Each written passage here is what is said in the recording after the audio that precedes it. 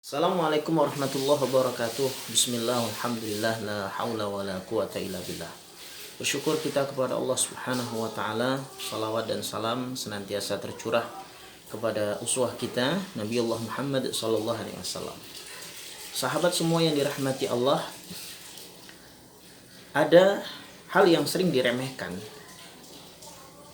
dan ini kadang tidak terasa, berkenaan dengan stres dan depresi karena suatu masalah atau karena suatu hal yang kemudian terlalu mendalam difikirkan oleh seseorang, sehingga sesuatu itu berdampak buruk terhadap kesehatan, berdampak buruk terhadap kejiwaan. Bahkan gejala-gejalanya pun itu tidak disadari kalau itu adalah gejala dari sebuah depresi ataupun stres yang berkepanjangan, ya. Nah, apa saja di antara gejala-gejalanya yang ini sahabat harus tahu, dan bagaimana cara kemudian menetralisir, cara menenangkan sehingga kemudian bisa pulih kembali, ya, bisa happy, bisa bahagia kembali, ya. Ini di antara gejala-gejala seseorang itu mengalami depresi ataupun stres yang berkepanjangan, di antaranya adalah sebuah perasaan hampa. Jadi perasaannya hampa, kosong, ya, dan merasa tidak dihargai oleh orang, merasa dijauhi oleh orang, merasa dibenci oleh orang, merasa tidak disukai oleh orang. Padahal sebenarnya ini hanya perasaan saja. Jadi kalau ada orang melihatin kita itu justru bukan malah kita menganggap bahwa dia itu kenal kita atau dia itu baik kepada kita, tapi malah kita curigai. Ya, seolah-olah orang itu akan jahat ke kita, seolah-olah orang itu akan menyakiti perasaan kita atau mengata-ngatai atau bahkan rasani kita. Ini orang yang ada gejala stres ataupun depresi. Kemudian tak disadari juga nafsu makan turun, tidak enak makan, ya, tidak enak makan, ya. Kemudian susah tidur, tidak bisa tidur kecuali di atas jam 12 malam. Padahal ini akan sebagaimana kita tahu jam 10 atau jam 9 sampai kira-kira jam 2 atau setengah 3 itu adalah jam-jam regenerasi sel, di mana tubuh kita akan memproduksi sel-sel baru, mengganti sel-sel yang rusak, ya.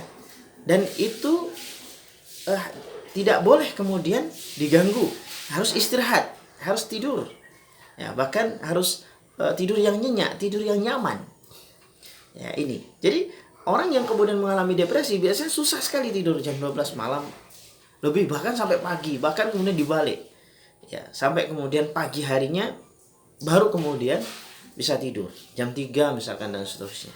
Maka ini harus disadari oleh para sahabat semua. Kemudian setelah itu tulalit, ya. Tulalit itu susah konsen, diajak bicara tidak nyambung, bahkan kemudian nanti cenderung dia merasa kayak ada semacam halu, ya. Jadi kayak semacam ada yang ngajak ngobrol padahal gak ada orang dan sebagainya. Diajak ngobrol sama temannya, sama keluarganya, malah justru tidak nyambung. Nah, ini. Jadi sahabat semua yang dirahmati Allah, gejala-gejala ini, ya, ini adalah gejala-gejala stres yang berkepanjangan atau stres berat atau depresi. Jadi harus hati-hati dan kita harus mawas diri, harus sadar diri, dan kita harus berusaha untuk mengobati. Ya. Nah, biasanya gejala seperti ini dimanfaatkan oleh syaitan, dimanfaatkan oleh jin-jin yang kufur untuk masuk dia, ya, untuk menambahi bisikannya semakin kuat, untuk menambahi supaya tidak bisa tidur, mata tidak bisa terpejam di saat waktunya istirahat di malam hari, untuk menambahi supaya kecamuk masalah itu menjadi semakin besar, padahal masalah itu sebenarnya biasa atau kecil saja. Pokoknya ditambahi runyam. Nah, jin itu bekerjanya di sana. Jadi berawal dari diri kita sendiri yang membuka pintunya. Nah, oleh karenanya obatnya kalau gitu? Apa resepnya atau apa penyembuhnya?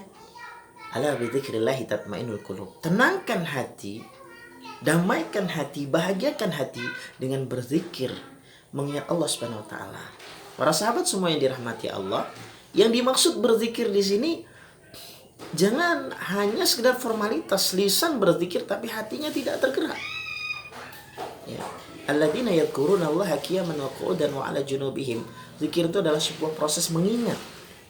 Mengingat Allah Subhanahu wa taala dalam segala kondisi, dalam setiap saat, setiap waktu. Ya. Membaca bismillah itu menjadi sarana untuk semakin ingat kepada Allah di saat kita mau makan, minum, mau melakukan aktivitas. Ya, sehabis sholat, subhanallah, alhamdulillah, Allahu akbar, itu juga zikir.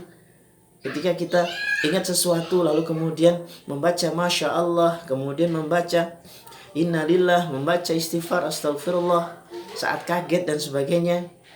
Itu semua adalah proses di mana kita membuat supaya kita refleks terhadap zikrullah tadi.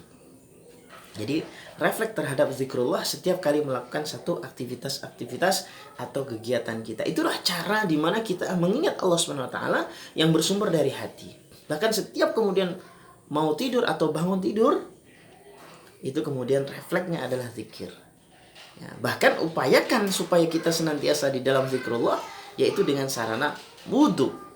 Menjaga wudhu itu adalah sesuatu yang luar biasa, di mana berusaha untuk suci ya, dari hadas kecil dan juga hadas besar tentunya ya. Nah, jadi para sahabat sekalian yang dirahmati Allah, sederhana, mari kita bahagia yang hakiki, bukan bahagia yang semu, bukan bahagia yang fana. Bahagia yang hakiki adalah bagaimana kita semakin mengingat Allah ya. Insyaallah kita tidak bisa lari dari satu masalah, tetapi kita akan bisa membuat masalah yang kita hadapi akan semakin ringan, sekalipun masalah itu berat. Tetapi kalau semua dikembalikan kepada Allah Subhanahu wa taala, insyaallah tidak ada sesuatu yang berat, tidak ada sesuatu yang sulit di sisi Allah Subhanahu wa taala, dan kita akan diciprati oleh Allah subhanahu. Wa man ahsanu minallahi sibghah. Kita akan dicelupkan ya di dalam kemudahan itu dari Allah Subhanahu wa taala.